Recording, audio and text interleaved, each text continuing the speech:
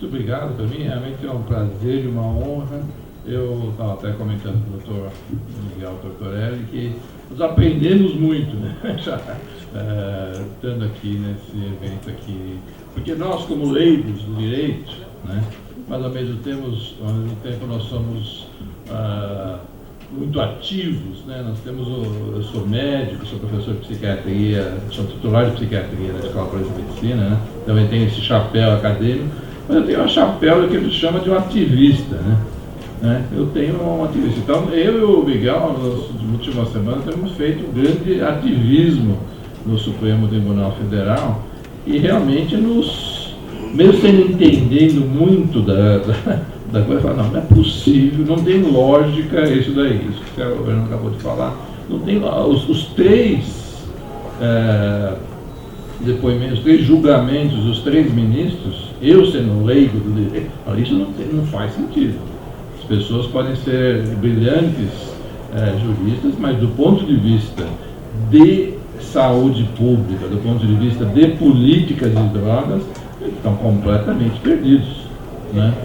E eu acho que isso, para mim, isso me junto na indignação, né? Quer dizer, a política de droga que vai afetar a próxima geração de brasileiros está sendo feito com esse amadorismo, né, em 3 votos que os ingleses têm a expressão, parece um jantar de cachorro, né? Assim, é um misto de coisas que não tem uma coisa em comum, né?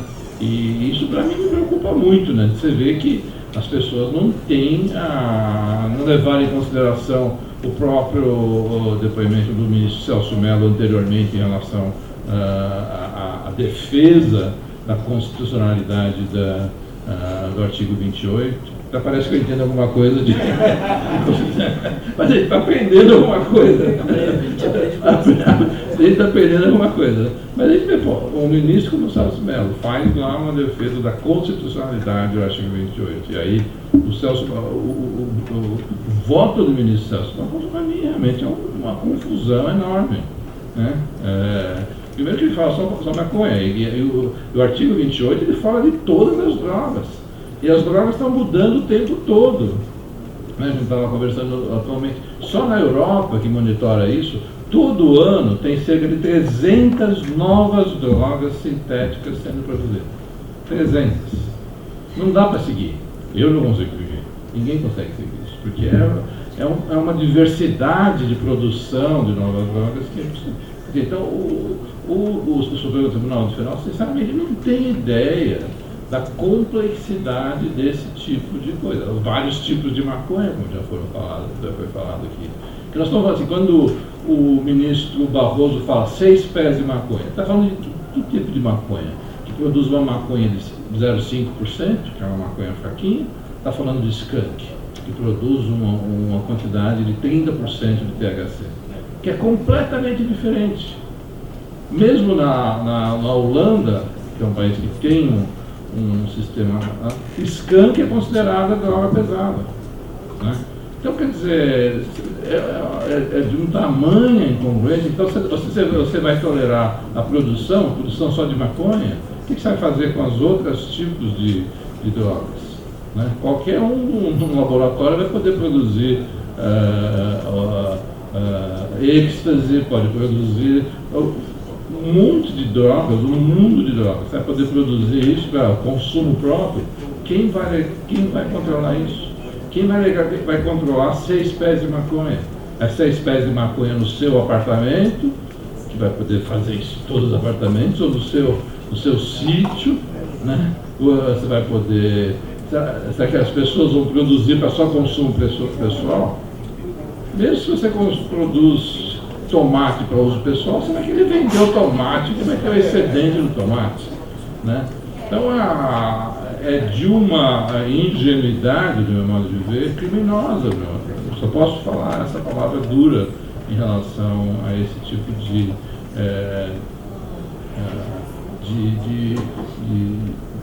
comportamento absolutamente que vai impactar. Para mim, isso, os americanos já falaram isso, que nos locais dos Estados Unidos onde legalizaram as drogas, que é como se fosse um experimento, né, de toda uma geração e sem consentimento informado. Quando nós de medicina vamos fazer um experimento, vamos testar uma nova droga, vamos testar um novo tratamento, a pessoa assina lá um consentimento livre, esclarecido, informado, para ela saber que os riscos que ela corre. Do jeito que nós estamos caminhando, nós fazer um experimento com a nova geração brasileira sem consentimento. Sem o consentimento da medicina, sem o consentimento do próprio Congresso Nacional. Porque o Congresso Nacional está sendo alejado desse processo decisório. Do meu ponto de vista, foi uma estratégia do lobby da legalização de drogas. Existe esse lobby da legalização de drogas, a gente não pode esquecer isso, né? Quando as pessoas veem dinheiro americano, Jorge Soros, vem no começo do ano, trazendo 50 milhões de dólares para o Brasil, no começo desse ano, esses 50 milhões de dólares não veio para mim, posso garantir, não veio para monetizar de gente, né, que eu não conheço ninguém, mas veio para ONGs, né, que defendem essa legalização. E a estratégia, do meu modo de ver, é que viu que o Congresso Nacional ele é mais conservador. Ele foi eleito, o perfil depende se você gosta ou não da palavra conservador, se você ou não conservador. Não importa. O que importa é que o Congresso Nacional ele representa o Brasil e tem esse perfil que jamais passaria de tudo isso que nós estamos discutindo aqui. Então a estratégia do lobby da maconha, junto com a Defensoria de Diadema, foi de levar essa ação para o Supremo Tribunal Federal. Essa é uma estratégia, né? Porque tenho certeza que se fosse no Congresso Nacional, isso não passaria de jeito nenhum, né? Eu e o Miguel tivemos lá com dezenas de deputados, quer seja da bancada da saúde, da bancada católica, da manifestação, né, do próprio Scherer em relação a isso é muito claro, da bancada católica, da bancada evangélica é absolutamente muito mais radical até em relação contra esse tipo de mudança. Então a sociedade brasileira e as pesquisas que a gente tem mostram que 80% a 90% da população brasileira é contra a flexibilização das drogas, né? Então, uma das coisas que me incomoda em tudo isso, dessa indignação, é de saber que por esses subterfúgios, né, de mudar o eixo da decisão de uma política de drogas, a política de drogas tem que ser feita, é o Congresso Nacional, é o Executivo, é um debate difícil, né? Por exemplo, na Suécia, que é um país que tem isso há muito tempo, é um consenso em todos os partidos suecos de que a próxima geração de suecos deveria ser sem drogas. Então, isso é um absurdo, né? É um absurdo, mas eles estão fazendo tudo o possível para que isso aconteça, né? No Japão também, você vai ver, esses dois exemplos a gente não escuta falar aqui, mas o número de usuários de drogas na Suécia ou no Japão é muito pequeno, porque a imposição da lei é uma coisa bem mais séria, meu modo de ver. Só para dar um exemplo, estava viajando e eu ouvi essa notícia. Uma alta executiva de uma das maiores empresas japonesas, a primeira mulher a atingir o posto de alta executiva numa empresa japonesa, ela foi pega porque ela estava com dor e pediu para o pai dela mandar dos Estados Unidos uma medicação proibida no Japão. Imediatamente ela foi presa. Você fala, isso é um absurdo, né, radical, mas o argumento dos promotores de todo o sistema legal japonês é a lei vale para todos, né? O que ela fez foi uma ilegalidade. Então, infelizmente, ela pagou um preço alto pela ilegalidade, né? Então, eu acho que perdeu o cargo e foi uma tragédia para a moça, e sem dúvida, né? Mas mas de alguma forma reafirma os princípios da lei. Né? Que eu acho que tem que ser uma intolerância em relação ao tráfico de drogas. Né? Eu sou mais favorável a ser, defendo a intolerância em relação ao tráfico de drogas e uma certa tolerância ao usuário de drogas. Né? No Japão, acho que eles são mais radicais do que eu mesmo seria. Né? Mas acho que é importante saber que esses princípios ocorrem em vários países. Né? Então a gente acaba querendo acreditar que vai haver uma mudança no mundo todo, que o mundo todo está legalizando as drogas. Isso não é verdade. Não é verdade. Tive a oportunidade de 2 meses atrás em Bangkok, na reunião da Organização das Nações Unidas, né? E aí eu tinha pessoas que eu conhecia do Departamento de Estado americano e de outros países. Eu mesmo fico, às vezes, com essa impressão, está todo mundo legalizado. A chance é zero. Né? Os tratados internacionais não vão mudar. Né? Então, são poucos os países, toda a África, toda a Ásia, mesmo a Europa, você vai ver muito poucos movimentos na área de legalização. Né? Mesmo os Estados Unidos, né, e eu vou mostrar rapidinho aí uma experiência da legalização em alguns estados americanos, né, mesmo o estado americano, né, de Denver, no Colorado, mais da metade das cidades do Colorado não tem e não permitem a venda legal de maconha. Né? Então não é um consenso, né, é toda uma briga, né, mas achar que todos os Estados Unidos vai legalizar a maconha, isso não é verdade. É um debate muito mais intenso. Se mudar, né, depende de quem ganhar a eleição americana no próximo ano, pode mudar isso completamente, porque o Obama ele optou por a gente também aprende algumas coisas de lei internacional. A lei dos Estados Unidos, a lei federal continua proibido, porque os Estados Unidos ele endossa os tratados internacionais, ele não pode ir contra os tratados internacionais, mas alguns estados eles abriram essa exceção e não estão fazendo o que eles chamam do enforcement, né, da lei federal nos estados. Então é uma opção política no momento. O quanto que isso vai permanecer então por isso que o lobby da legalização no Brasil, eu acho que infelizmente é um lobby que ele tem muita conexão com a mídia.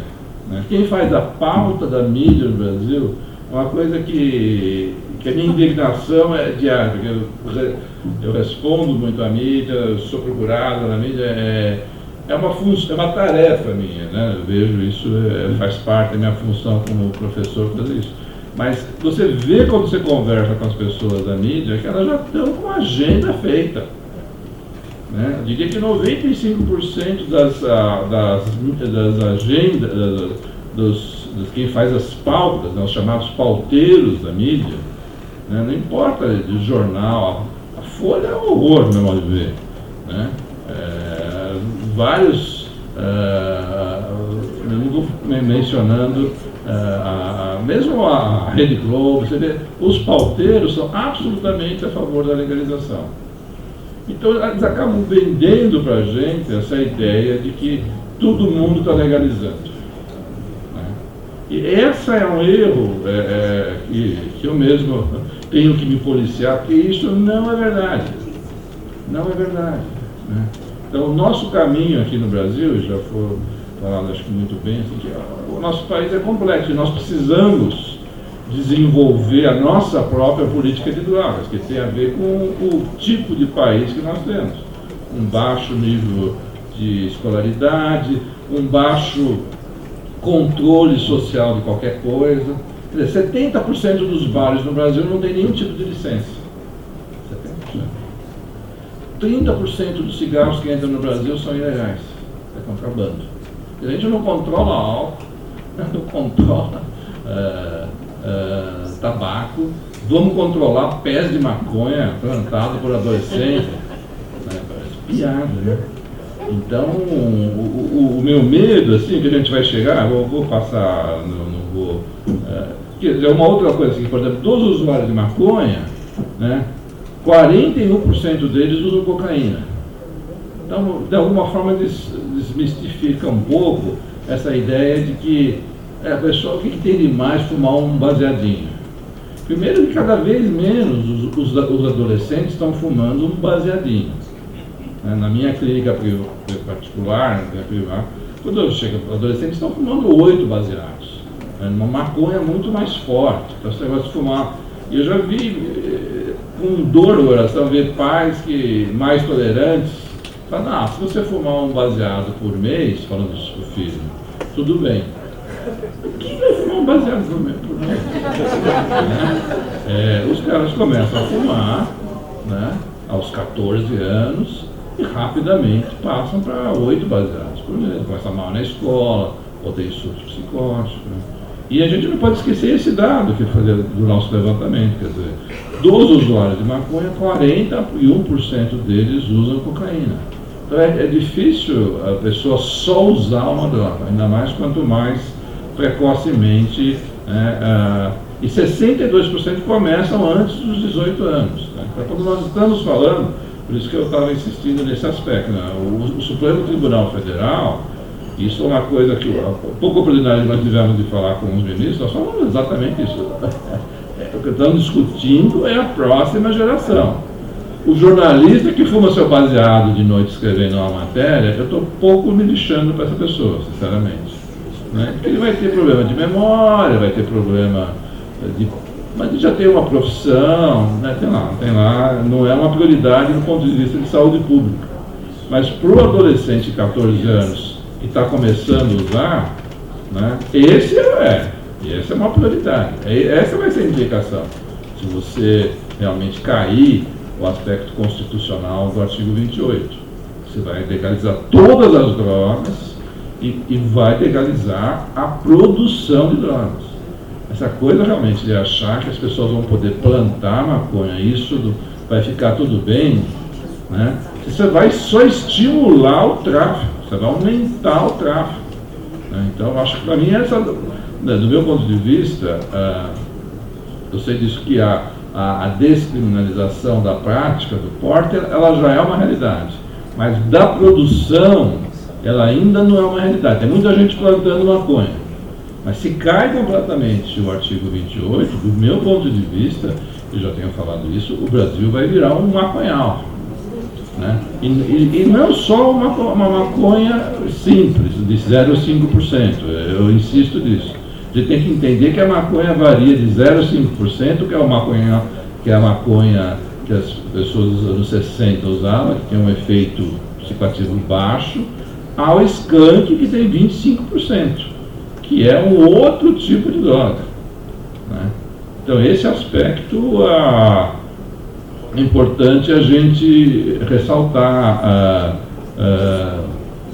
Agora, outro aspecto que eu acho que é levantado, que é um comportamento individual. O que tem de mais o cara usar? Eu sei que no direito, eu aprendi aí na minha leitura de gibi no direito, né? É que o direito individual da pessoa produzir dano contra si mesmo, e que é um comportamento individual. Mas os nossos estudos mostram, e o próprio Amor Exigente está aí para mostrar, que para cada usuário de drogas, você tem 4 pessoas envolvidas com o usuário de drogas. A Mara, eu não vou te chamar de Dona Mara, a Mara me falou isso tudo, e esse fenômeno é muito bom, muito importante. 50% dos usuários de drogas têm filhos. E eles negligenciam os filhos, terceirizam os filhos. Eu vejo isso todo dia. Os pais, os avós vão ter que cuidar dessas pessoas. Né?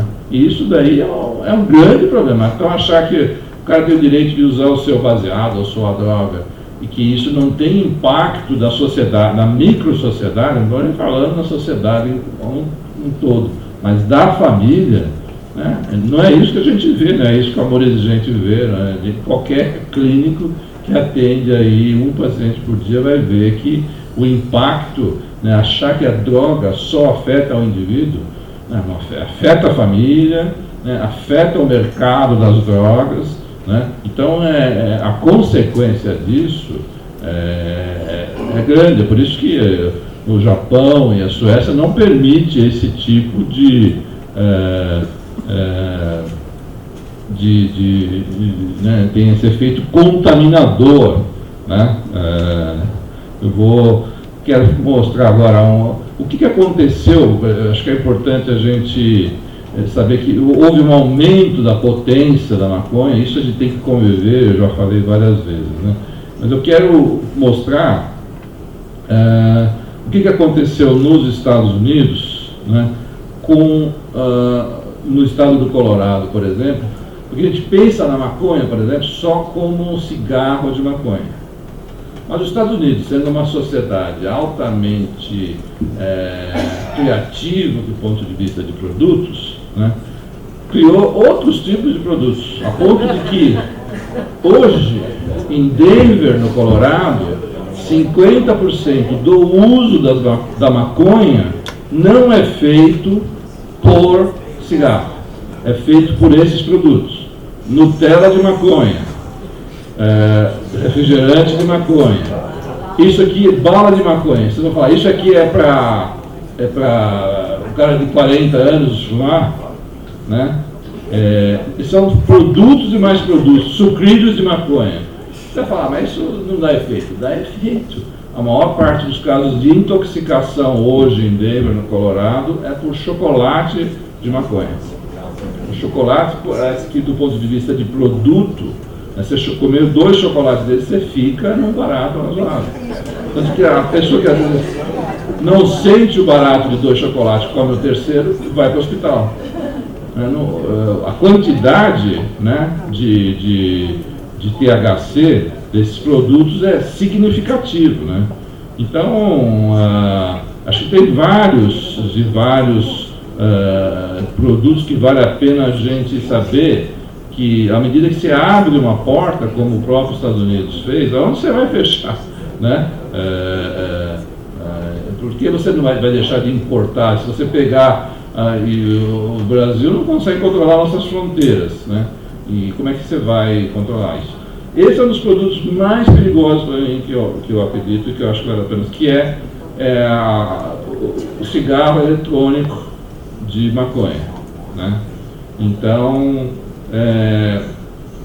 que é um cigarro eletrônico de nicotina, que a gente usa terapeuticamente. Eu mesmo insisto, alguns pacientes meus que não conseguem parar de fumar, que usam cigarro eletrônico.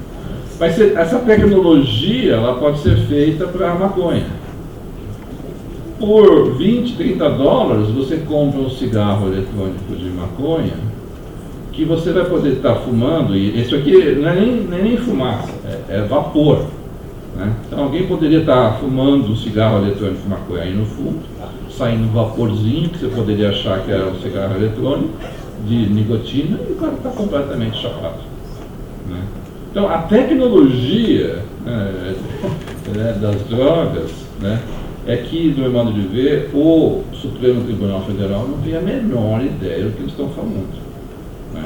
Com todo respeito ao conhecimento jurídico deles, mas do ponto de vista da política de drogas, eles não têm a menor ideia do que eles estão liberando, e por isso que eu acho absolutamente não posso ver. Seria 39 dólares, apesar que agora o dólar foi para 4. Mas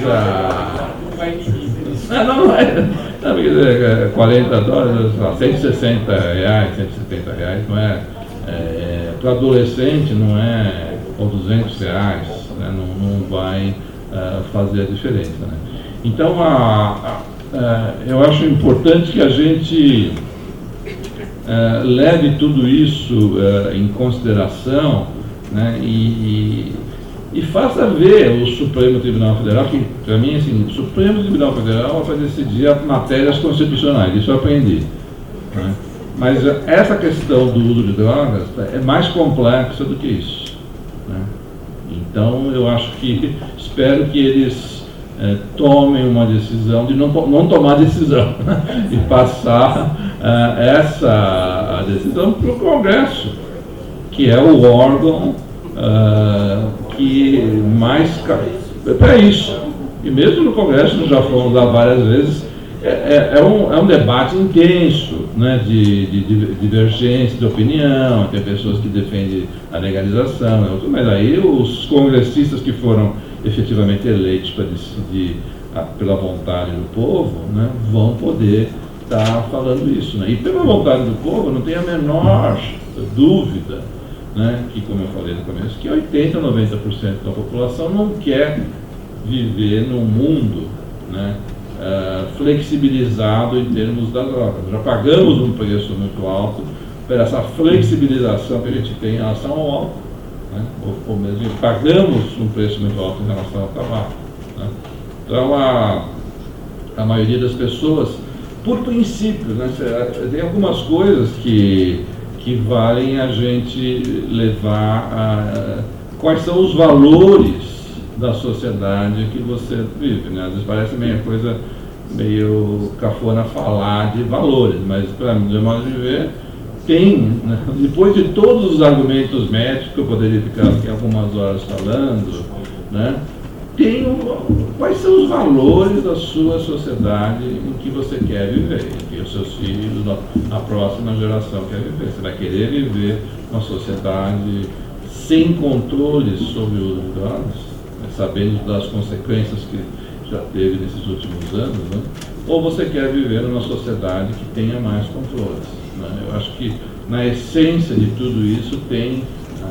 o Papa Francisco, quando veio aqui, ele falou alguma coisa muito forte sobre isso daí, né? Quer dizer, ele usou até uma palavra da própria Bíblia que ele fala: nem tudo que me é permitido me é favorável. Né? Acho que essa é a essência da coisa. Eu acho que nós não devemos permitir, né, porque a gente está convencido que não é favorável à próxima geração. Eu não gostaria que meus filhos vivessem num lugar onde a escola não tivesse controle nenhum sobre o uso de drogas, né? E não, assim, eu não quero com meus filhos e não quero que os filhos de ninguém. Então, por isso tem que ser um valor, é uma guerra de valores. Tem a guerra política, tem a guerra ideológica, né? Mas do meu modo de ver também tem a guerra de valores, que a gente tem que estar bem disposto, né, a enfrentar essa guerra de valores, né? Por isso que para mim ter participado no dia de hoje aqui e ver que temos parceiros, porque às vezes a luta é meio solitária, e tudo que a gente já é chamado aí de conservador é o mínimo, né? Reacionário, nazista, me retrataram com um bigode de Hitler na internet, mas tudo isso faz parte de um jogo, né, desse lobby da legalização meio baixo, né? Mas para mim, ter vindo hoje aqui e ter, né, participado, aprendi muito aí com todas essas palestras, né? É saber que a gente tem essa parceria, né? Tem com quem contar. É isso que tem sido bom quando a gente tem ido, né, usando aí indo até o Supremo e fazendo esse lobby que a gente está aprendendo a fazer na prática. Quer dizer, você fala, eu sei fazer lobby. Eu sou psiquiatra, né? Eu sou professor de psiquiatria, eu sei fazer psiquiatria, minha formação é psiquiatra, eu sou médico, né? Essa é a minha essência do meu trabalho, né? Mas chega uma hora que você tem que fazer lobby, né? Porque mas a gente não sabe fazer, a gente vai lá, né? Tanto que não sabemos, só o último exemplo, que o amicus curiae, nós aprendemos o que era amicus curiae, né? Aí nos queriam cobrar 80 mil reais para a gente fazer esse processo de amicus curiae. Não tinha dinheiro. O amor de gente não tem dentro da vida. Né? Mas o outro lado já tinha 10 advogados pagos, né? Com preço significativo, já há muito tempo inscrito como amicus curiae. O Gilmar Mendes, no começo ele aceitou a inscrição do nosso amicus curiae no último dia. Se ele quisesse rejeitar, ele ia rejeitar. Porque a gente muito amador, como lobistas, nós somos muito amadores. Né? Mas, gentilmente, o próprio... Mas o IBCCRIM tentou impugnar o nosso amicus curiae. Eu não esqueço disso. Né? O IBCCRIM, lógico que tem toda aí a briga, o ritual de advogados que vocês sabem mais do que eu, mas se vocês veem lá, ele tentou nos boicotar o amicus curiae. Estava lá, não precisava nada, era um debate, né? Mas tentaram. Então, eu acho que, para mim também, esse é um outro exemplo, né? Que a briga, ela não para discutir a melhor solução. Tem uma briga jurídica que é mais firme, né? E não vai nos dar espaço, né? Para nós, acho que não vai nos dar espaço, né? Como a gente já não tem, o espaço da mídia às vezes ela é ilusório, né?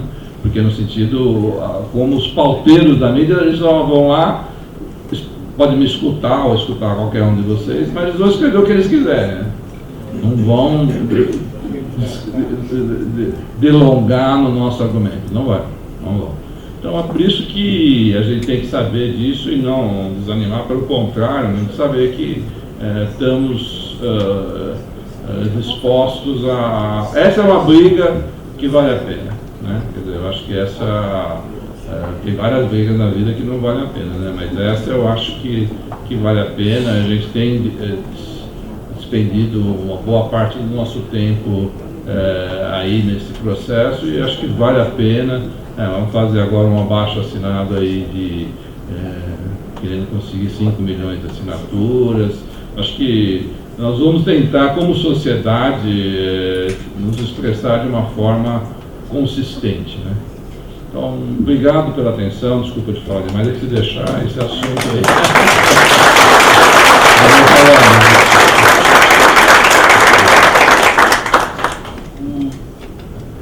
Me perdoem a falha que eu me previsto, mas todos conhecem o Dr. Ronaldo Laranjeira. Ele psiquiatra graduado pela Escola Paulista de Medicina, PhD em Psiquiatria pela Universidade de Londres, professor titular do Departamento de Psiquiatria da Universidade Federal de São Paulo, coordenador da Unidade de Pesquisa em Álcool e Drogas da Unifesp, além de ganhador de diversos prêmios nessa área, né? E uma pessoa extremamente humilde, humana, e que disse para mim uma das coisas mais importantes nessa manhã: ele não pode desanimar, porque a primeira aula que a gente aprende na faculdade de Direito, na parte criminal, quando se classificam os crimes, é o bem jurídico protegido. Eles sabem que o bem jurídico protegido nessa questão é a saúde pública, mas ignoram isso em nome de alguma coisa muito feia que está dito por aqui, inclusive acenando futuramente até com liberação de jogos. Mas, Fernando, tem um colega que quer... Só um breve à parte aqui. Primeiro, agradecer ao Dr. Ronaldo Laranjeira, nosso já amigo de longa data e parceiro. Eu queria registrar, Dr. Ronaldo, Dr. Paulo e presentes, que nós estamos elaborando também uma carta manifesto nossa e já temos coletadas mais de 200 assinaturas de colegas, promotores e procuradores de justiça da MP de São Paulo para encaminhar ao Supremo para nos posicionar contrariamente.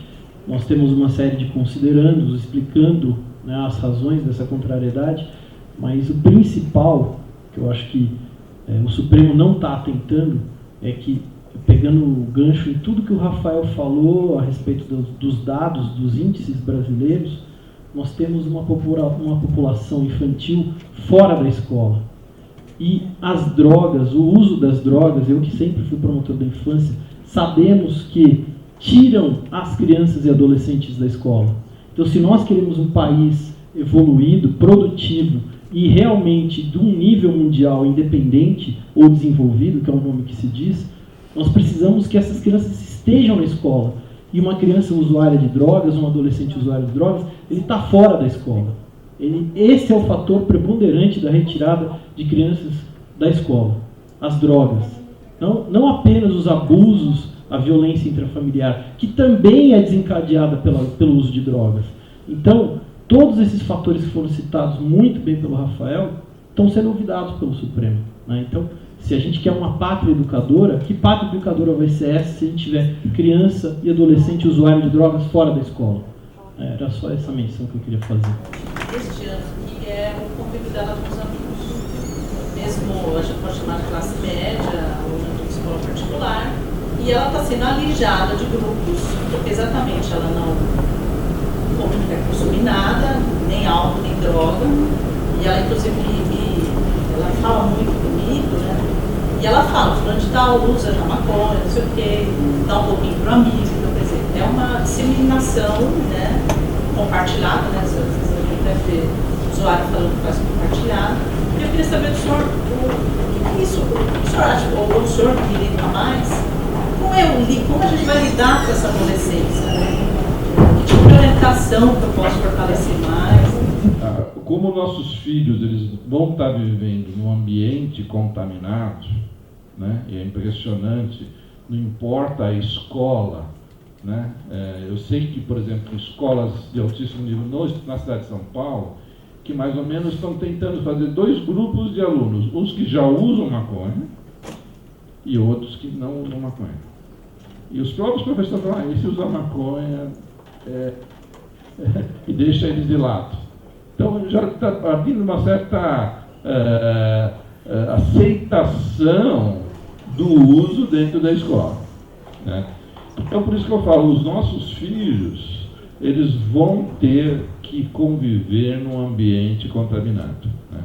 E o que vai determinar se eles vão usar drogas ou não, isso as pesquisas, já tem pesquisa, é um balanço entre os fatores de proteção e os fatores de risco.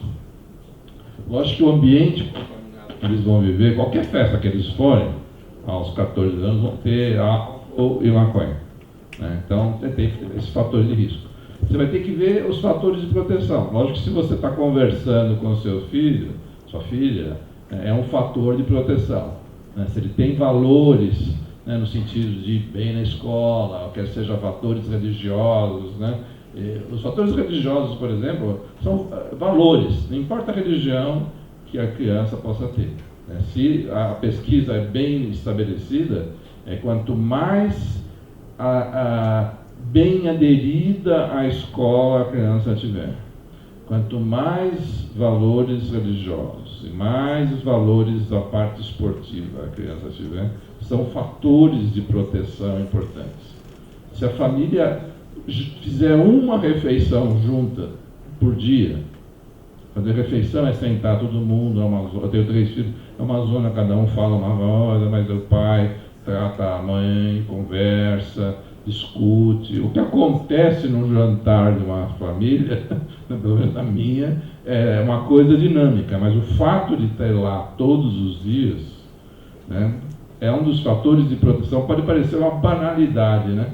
Mas não é, porque mostra que existe uma coesão familiar e você vai poder discutir esses assuntos e você poder explicar por que você é contra a legalização ou contra o uso de substância. É o melhor momento de transmissão de valores, é o ambiente alimentar. Você só come com seus amigos, né? Tem um detalhe que é importante, você só vai almoçar, exceto às vezes na vida profissional, você tem que essa é a exceção, né? Mas você convida para comer os seus amigos, né? E o ambiente de congraçamento que existe em cada refeição, ela é muito poderosa, né? Então, eu acho que nós, né, filhos de adolescentes, temos que estar fazendo isso e monitorando quem são os amigos dos nossos filhos. Eles vão ser excluídos de alguns grupos, faz parte da vida, né? Ele vai ter que conviver. Meu próprio filho de 15 anos fala, eu quero fazer parte dos mais ousados, esse conceito.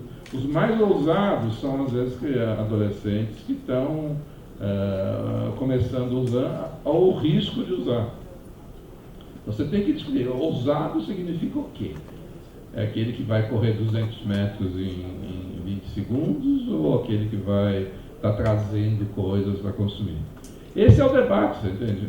Né? Essa é a proteção familiar, como nós estávamos debatendo assim. O nosso macroambiente de estar tão confuso que o próprio Supremo Tribunal Federal está absolutamente perdido, né? A família, né, ela vai ter que ser mais empoderada, né? Porque os pais vão ser os melhores agentes de prevenção, né? Por muito tempo a gente achou que os professores são bons agentes de proteção, de prevenção. Eu cada vez menos, eu acho que os professores estão tão assoberbados, né, que eu não confiaria nos meus professores da minha escola. Meus filhos também igual a sua classe média alta, mas o nível de conhecimento deles em relação à proteção é baixo. A maioria das políticas de prevenção nas escolas, mesmo de nível alto, é péssima. Então, eu não acho que os professores dos meus filhos são grandes agentes de prevenção. Eu não levaria isso para eles. Eu não delegaria a eles. Eu mal delego a parte acadêmica, que eu acho que eles fazem com alguma coisa, mas eu fico em cima.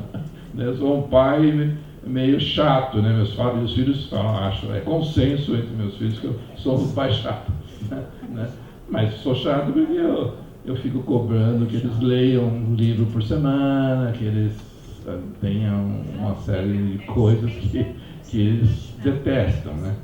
Mas eu vou só acabar, desculpa a resposta longa, mas porque eu acho que é muito importante para todos nós, né, que tem os filhos. E para mim, a essência é os pais têm que ser agentes de prevenção. E aí, é lógico que a Mara ela concorda comigo. Né? Mas do ponto de vista, não só uma política do amor exigente, ou uma opinião minha, da minha experiência profissional.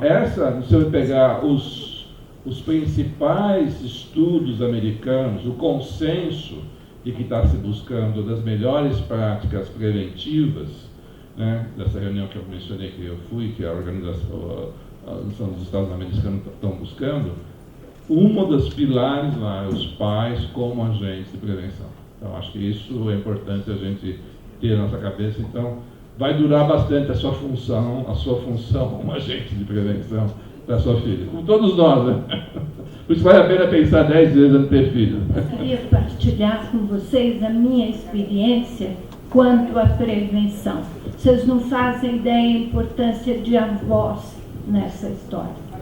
Não está tão desgastado, não é tão chato quanto o pai, mas tem uma força que vocês não fazem ideia. Avós sendo bem informados e podendo fazer com que as crianças entendam a importância disso. Rapidinho vou te contar uma história com meu neto. Morreu um dos nossos meninos e eu fiquei muito arrasada com a morte dele. E meu neto estava na minha casa, dormindo lá comigo, e eu contei para ele o que era a dependência química, a compulsão, o querer parar e não conseguir. Na manhã seguinte, nós fomos para a Amora, na minha casa. E meu neto falou assim: ô vó, nós estamos aqui que nem dependente químico. Falei: credo, Lucas. Ele disse: sabe, vó, se a gente pega uma azedinha, a gente quer outra para ver se acha uma docinha. Se pega uma docinha, tá tão bom que nós queremos outra docinha. E nós estamos aqui, ó, vó, faz tempo, sem nenhum controle, chupando uma amora atrás da outra. Me deu uma definição que eu achei muito boa. E eu sinto que a força que eu tenho para decisões na vida do meu neto, dos meus netos, mas tem um nos Estados Unidos e um aqui, quer dizer, nesse neto que está perto, é muito maior do que a da mãe dele. As histórias, ele está com 14 anos, ele conta para mim e eu não posso contar para a mãe dele. Eu fico só dizendo, conte, está na hora de contar. Ó, vou te dar um prazo, se não contar, eu acho que eu vou ter que contar. Mas a pretensão feita por avós é alguma coisa de muito importante. Mas o amor exigente vai treinar a avó para ficar bom nisso, né?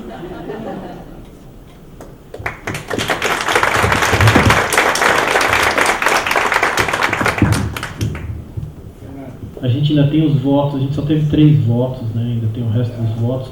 Rafael já mencionou que parte dos outros ministros já estavam no outro julgamento daquele precedente contrário, então acho que a gente tem que mostrar realmente essa força agora, nesse momento, de tentar contrariar. Queria registrar a presença de vários alunos de várias faculdades, do Mackenzie, de Osasco, outros profissionais de saúde, assistência social, agradecer a presença de todos.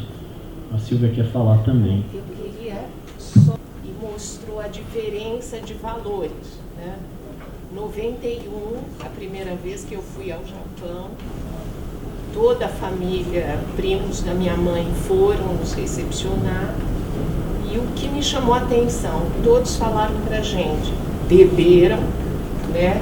Que o saquê japonês é quente, que se toma, na hora você não percebe que aquilo vai subir que nem foguete depois na sua cabeça, e todos eles voltaram ou a pé ou chamaram um táxi.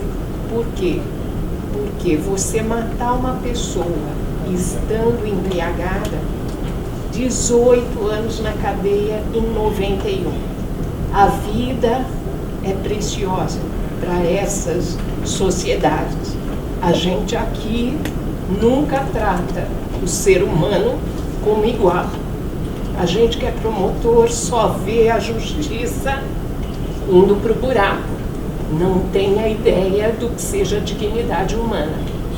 Segunda experiência em 97, primeira vez que eu fui à Indonésia.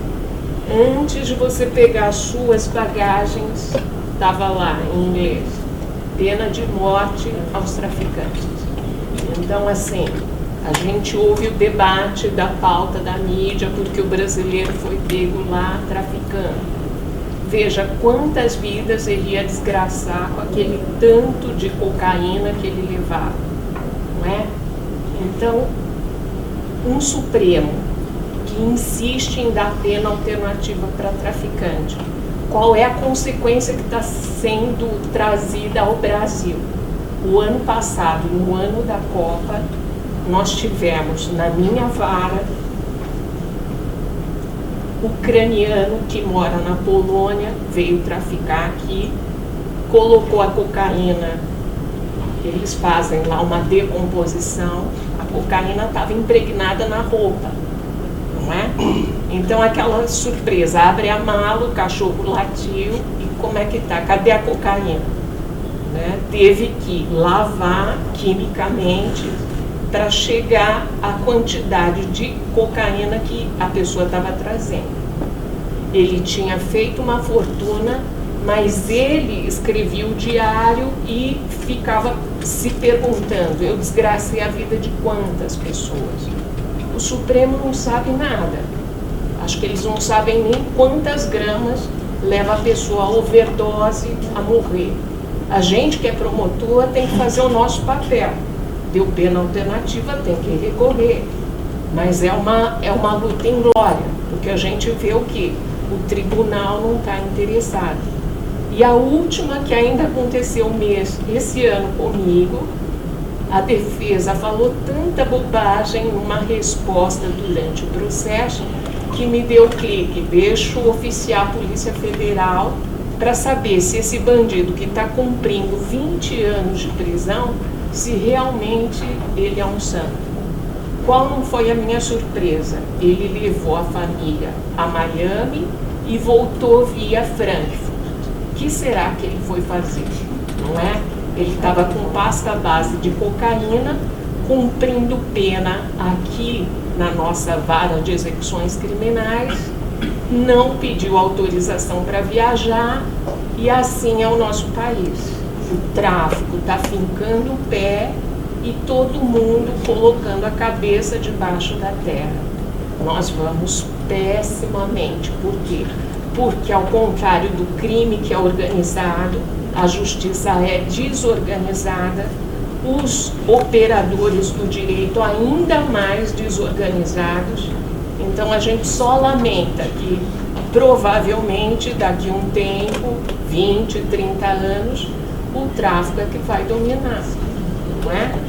E essa luta em glória, a gente espera que todos os que possam fazer lobby, o senhor especialmente, não é? Possa lá nos ajudar e demover esses ministros a passar essa mensagem. O crime não pode compensar e o tráfico também não.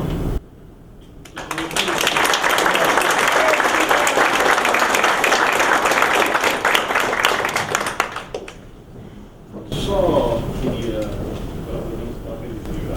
qual a relação do uso de bebidas como porta de entrada para as drogas, por exemplo, a começar da cerveja, que a gente tem uma propaganda aberta, em rádio, televisão, propaganda, jogos esportivos com mulheres sem luz, tudo ainda tem o visual na juventude. Só para a gente ter uma ideia, né? Eu acho que a Petrobras hoje em dia não é modelo para nada, né? Mas a Petrobras deixou de ser a maior empresa brasileira e a Ambev passou a ser a maior empresa brasileira, né? Então, no Brasil, mesmo com tudo que a Petrobras fez, né, vender cerveja dá mais lucro do que vender gasolina, né? Então, é um lobby, né, para a gente falar mais uma vez essa palavra, o lobby da cerveja é um negócio fenomenal, né? Os donos da Ambev estão comprando, né, novas empresas vendedoras de cerveja de uma forma significativa, né? Quer dizer, a rede de distribuição, né, de álcool no Brasil, de cerveja, né, é uma coisa fenomenal, né?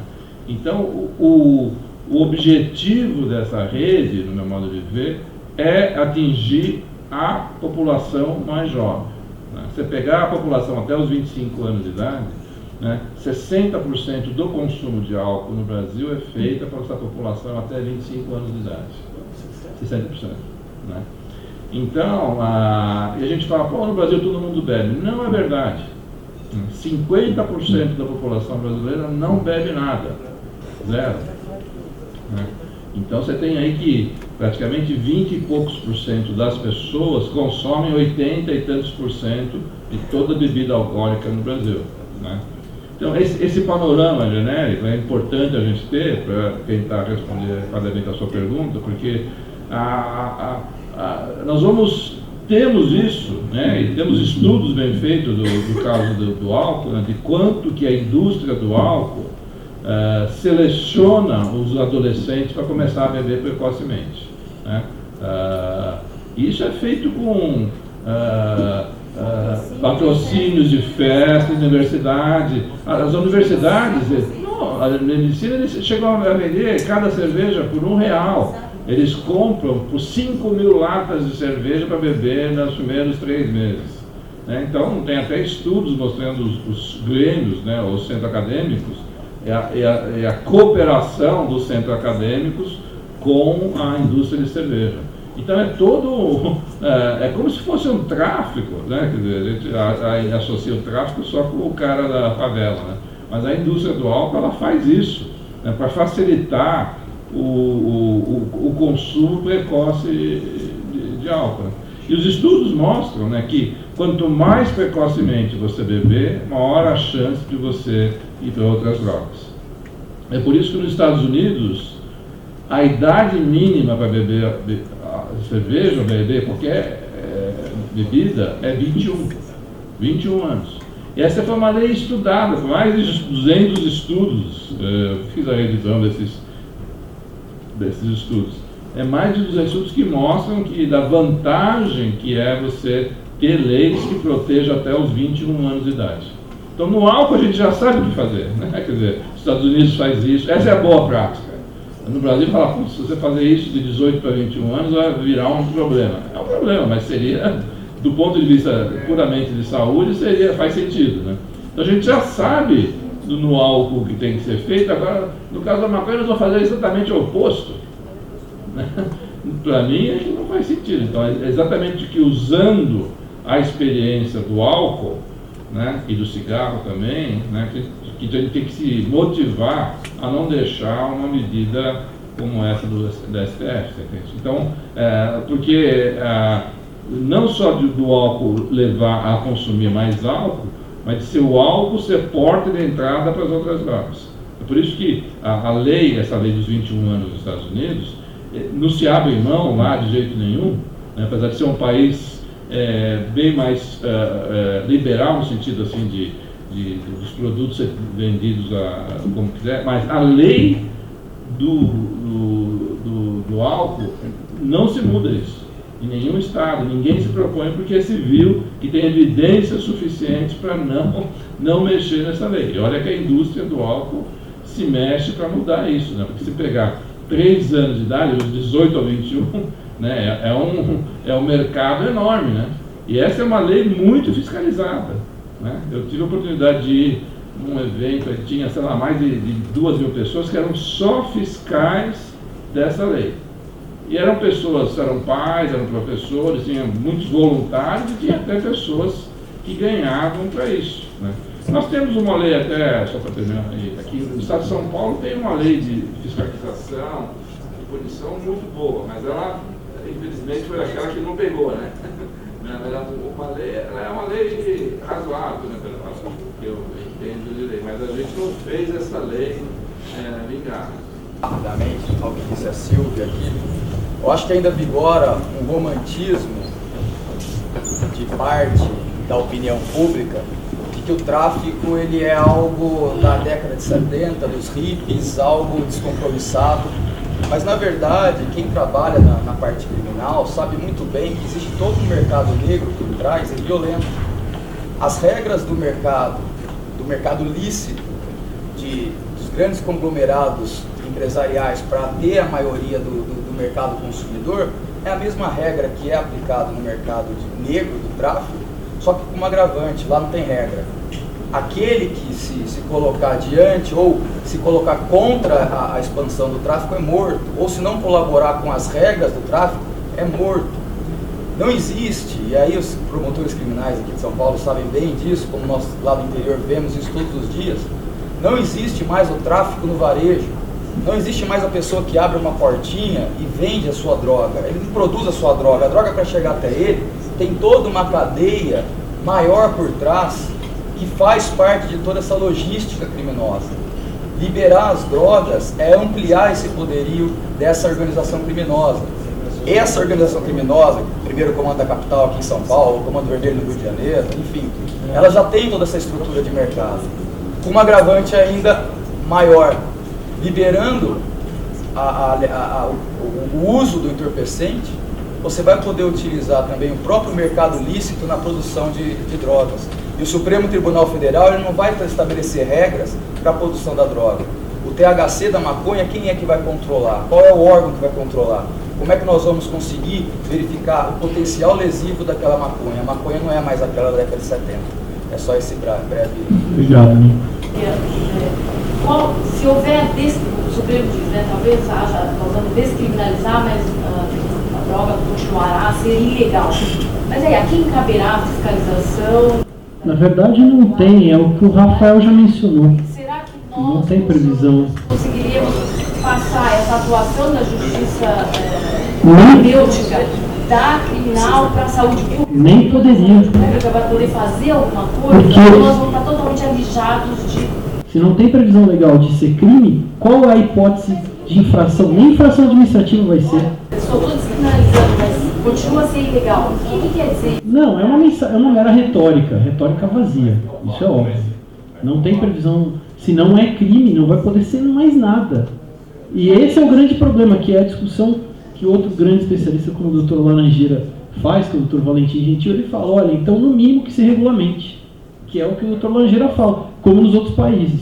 Aqui no Brasil, nem regulamentar está se querendo. O Supremo quer descriminalizar justamente porque quer ter uma função de Eu já legislativo. ouvi gente dizendo que não, olha, o guarda municipal, o PM, vai poder apreender. Em que sentido? Qual a previsão? E aplica a multa, porque as sanções Que multa? de natureza extra-penal permanecem. Não vai ter nenhuma infração, nem administrativa, nem penal, nem civil, nada. Vai ser fato atípico, em todos os sentidos. Mas há quem esteja divulgando que não. Isso é retórica vazia, né? Retórica vazia.